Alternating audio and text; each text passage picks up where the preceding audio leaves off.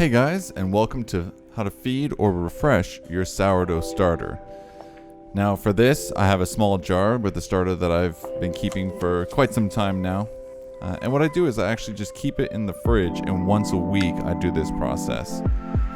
So it's pretty simple, very easy to do. I just pour all of the starter out into a bowl and discard that.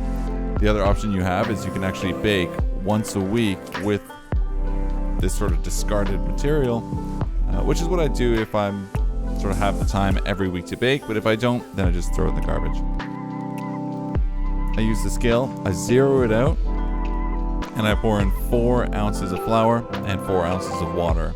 Now I know a lot of people measure how much starter they have and all this, but I found with this small amount that I'm using, it's not a big deal to sort of just empty the jar, use the leftover sourdough that's in the jar and around, and I find it works, just as well as weighing it out. I mix all the ingredients, again, equal parts flour and water. In this case, it's about 4 ounces.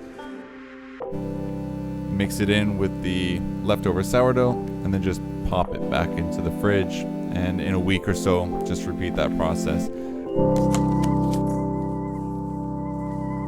So here I am, just giving it a quick stir, just making sure that new flour and water is all mixed in with the sourdough.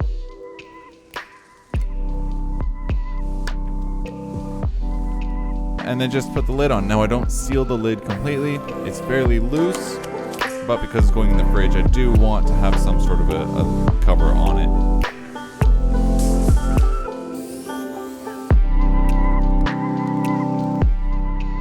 Back into the fridge, and then next week, as I said, just repeat this process again.